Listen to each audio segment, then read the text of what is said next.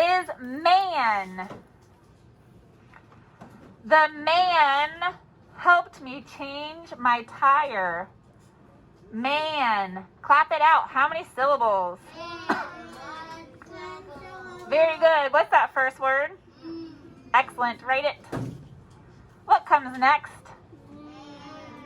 So that's when I say A's in Canada. Or maybe Minnesota. That's probably better. Minnesota. And what's the last sound? Good. Read it back to me, please.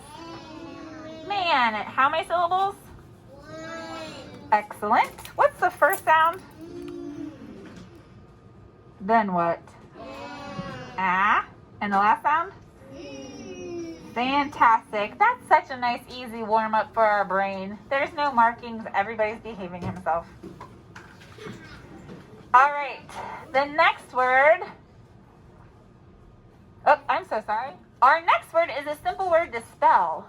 But, you know how we talk about homophones and homonyms and homographs? I have a brand new, super cool term to tell you guys about. This next word is a paronym. Yeah, say it again. Paronym. Paronym. Paronym. So paronym is a very cool word that you should say at dinner today, because I promise you Mommy and Daddy have never heard of it before. And a paronym means that it is a word that comes from another word and has a similar meaning. I know you're still like, what are you talking about, Miss Dovey? It'll make sense in a second. Our next word is men. So, hold on, before we start spelling it.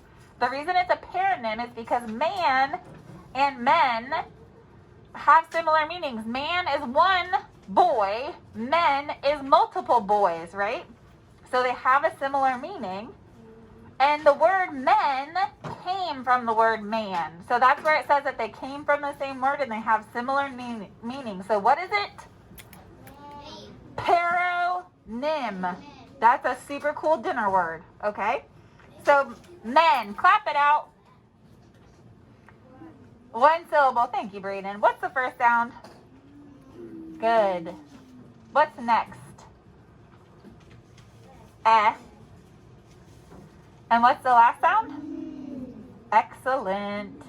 Please read that paronym back to me. Men. How many syllables? What's the first word? The first sound. It's not ma. Ma isn't a sound. Ma would be a word. What's the next sound? And the last sound? Excellent. Man and men. When we put it in our spelling journal, we're going to put a bracket around them because they're what? A paronym. Very good. Man and men. Our next word is for. I jumped in the pool for a toy. You know what? I don't know why we don't also do 4 years old with this one. But right now we're just doing for, but the word is I jumped in the pool for a toy. So clap that out. How many syllables? Good. What's the first sound, please? And the next sound, please. Or. What are we going to use for that or sound? Excellent. Read that word back to me, please. How many syllables again? Good. And what's that first sound? And what's that last sound? Or. And we're going to use or, the or of Oreo. Oh, you know what? I think I'm going to have to change that sentence to I am so excited for gluten-free Oreos. All right, please practice the word for. Next, we will have another bracketed word selection, but these are because we're going to do past tense and present tense. So the first word is going to be ran.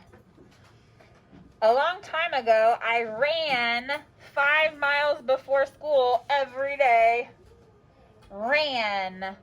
Clap that out. How many syllables, please? Good, 1 syllable. What is the first sound? Then what? It's A in Minnesota. And what's the last sound? Very good. Read it back to me, please. Ran. What's the first sound? Then what? Ah, and the last sound? Excellent. Go ahead and, so ran is past tense. That means it already happened. So a lot of times we have to use things like ed, d, t to tell us that a word is past tense. Like instead of wanted, I wanted a home for Christmas. But sometimes words have a completely different way of spelling past and present tense. We don't use endings like ed, d, t. So ran is one of those examples. You don't say I runned. You said I ran to say it happened already. So the present tense, meaning it's happening right now, is run. I like to run for fun. Run. Clap that word out, please. How many syllables? One syllable. What's the first sound? Very good. Write it, please. What's the middle sound? Fabulous. And what's the last sound? Very good. Read it back, please. How many syllables? What's the first sound? What's next? And the last sound? Very, very good. And now when these are in your spelling journal, those are going to have a bracket too because they go together. It's the past and present tense. So run is happening right now. Ran already happened. Run and ran. This one's kind of similar to bridge. It's judge. When I was a little girl, I wanted to be a judge. Do you know what a judge is? Yeah, they help make decisions and for like rules and laws and stuff. Okay, so clap that word out, judge. Good. What's the first sound, please? J. What's the next sound? And what's the last sound? What do you think we're going to use for that final J sound? Not silent E. What do we use for bridge? What one, Raphael? Dude, kiss your brain. Yes, we're going to use J, 3-letter J. Used only after a single vowel. It says a, I, uh. All right, read that word back to me. Judge. How many syllables do you hear? One syllable. What is the first sound? J. Then what? And the last sound? J. And like Raphael said, we're going to use J. 3-letter J. Used only after a single vowel. It says a, I, uh.